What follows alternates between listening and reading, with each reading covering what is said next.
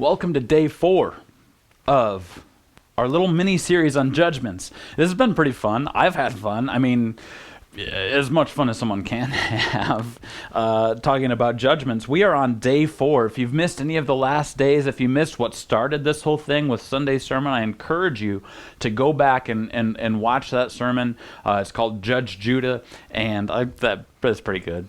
Pretty good, right? I'm sad sometimes because the titles of our sermons never really make it anywhere unless you go and look at it online. I thought that one was pretty good. Anyway, you can go back and watch that one on Genesis chapter 38. And then for this last week, we've been doing this little mini-series on judgment. So we did day 1, kind of an overview. We looked at grace and understanding and to give life and where my judgments are coming from. Day 2, we talked about condemnation versus judging, kind of got that out of the way. Like, we don't condemn when we judge. Condemnation and judging are two different things. And then we talked about, on day 3, beliefs, feelings, and opinions versus judging. And, that one got sort of political a little bit, especially with vaccinations and stuff. So, if you want some controversy, I guess you can we can start with how I say the word controversy. But if you want some of that, you can go to day 3 and listen to that one. Now we're in day 4. And here's another dicey one. Something we come to mind when we think about judgments is we speculate. Speculations versus judgments. See, we can speculate what somebody is doing. We can look at the heart of someone and be like, I don't know if they're doing what they should be doing. Perfect example is recently we had Halloween. Just a couple of weeks ago we had it, and some people love to decorate for Halloween. Some people love to turn their lights off and not celebrate at all. Either option is fine as far as I'm concerned. When I was growing up, we celebrated Halloween. We did trick-or-treating. We didn't celebrate the devil's whatever it was. Like, none of that mattered. It was children getting candy. That's all that it was. But that's not the case for every single person. Some people have a really hard time with Halloween. And so in this case, this is a person who had a difficult time with Halloween. And there was somewhere where there was a ton of Halloween decorations in the front yard.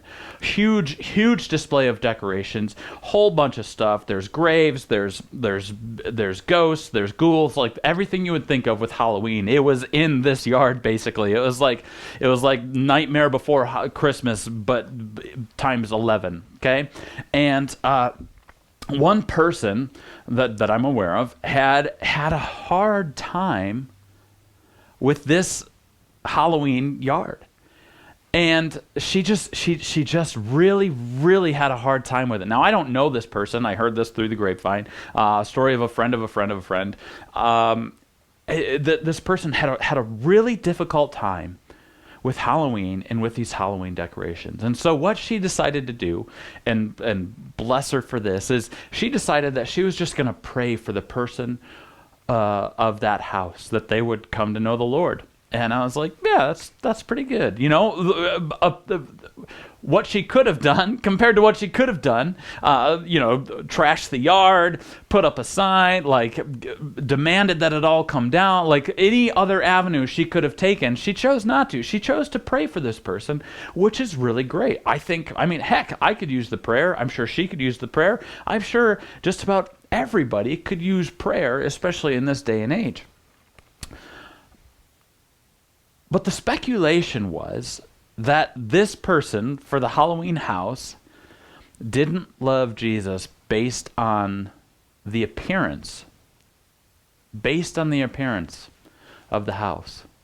There's no way this person could love Jesus because look at their Halloween decorations. There's no way that person loves Jesus, and we cast judgment on someone based on our speculation about them or based on the appearance of them. Another example is when I was the worship pastor at a church. There was one Sunday we had a guest worship leader, and he was more animated. I'll put it that way. He was more animated than I was. I grew up Baptist, and I always had a guitar in my hand. Don't move around too much. I like to have fun, whatever. But I'm pretty stationary.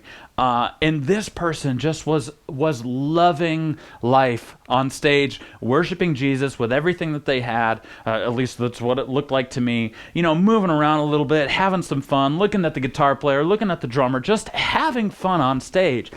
And after the service, somebody came up to me and was like, how dare that person move that way on stage? Like, there's no way that person, you call that worship? He got right in my face. He was really angry that this person on stage was doing the things that they did. This guy was judging the person's heart. And so conversely, I judged this guy's heart. Both are wrong. I shouldn't have judged his heart. He shouldn't have judged the guy's on stage's heart. That was hard for me to say. He said, that's not worship. You think that's okay? I said, yeah, I think it is. How dare you judge this guy's heart? And that's what speculating does. It can tear churches apart, speculating. Oh, I bet I know what that person was thinking. See, speculating can go two different ways. If we like the person, we'll speculate that, they probably have well-intentions. If we like the person, it's probably well-intentioned. They probably didn't mean it. But if we don't like the person, we talked about this last night. If we don't like the person, then the speculation is they are probably out to get me. And based on appearances, we make judgments. Based on our speculation about that person, we make judgments. Whoever you follow on social media, you probably make speculations on their life based on what they show you.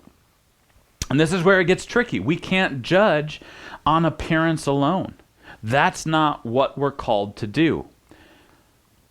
We have to judge on actions. We have to, and we have to be careful with this. This is incredibly important that we do this with all respect, with all humility, that we care about the person. Again, I want to go back to the points that we made. With grace and understanding, we judge to give life. I feel like every time I talk about judging someone, I have to go back to that because we want to do condemnation with judgments, and it just doesn't work that way.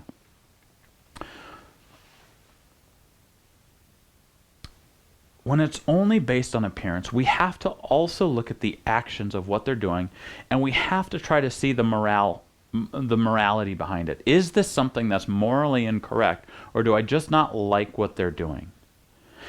Was this person caught in the moment of doing something morally incorrect, doing something that is considered sinful, that needs to be called out, or am I just speculating that that's what that person was doing?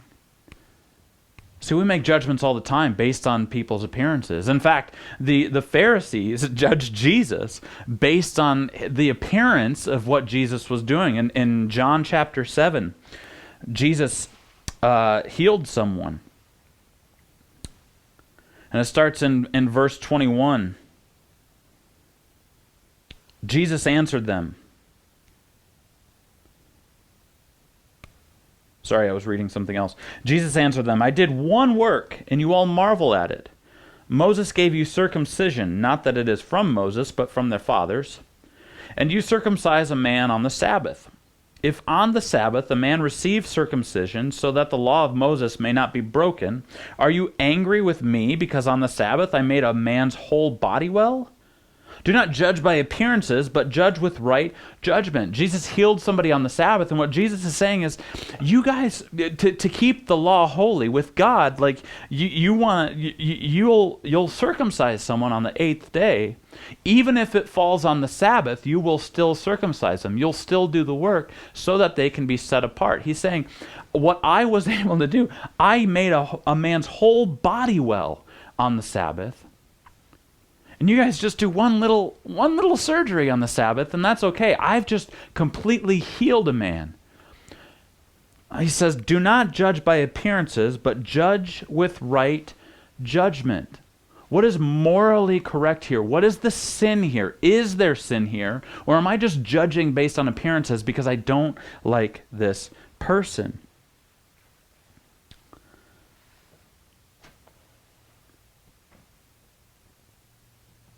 There's a danger in judging based on speculation alone. A friend of mine has a lot of tattoos, and went to church somewhere else, not even in this area. They went to a church in a different area, not even in Michigan, and they started bringing some of their friends with them, like tattoo artists and people who are tattooed, like a whole bunch of like crazy looking people. And the church started judging them for that. The church started saying, we don't really want those people in our church. And I'm not so sure that you're saved based on your appearance. Oh, that breaks my heart. How many times the church has turned their back on someone just based on appearance? I don't find that in the Bible. The church will turn their back on someone just based on speculation. And church, we can't be that type of a church. We judge with grace and understanding. We judge to give life. And we judge based on actions, not intentions. That was the other point from Sunday. I don't know what the intentions are of somebody. I can't judge intentions based on their appearances.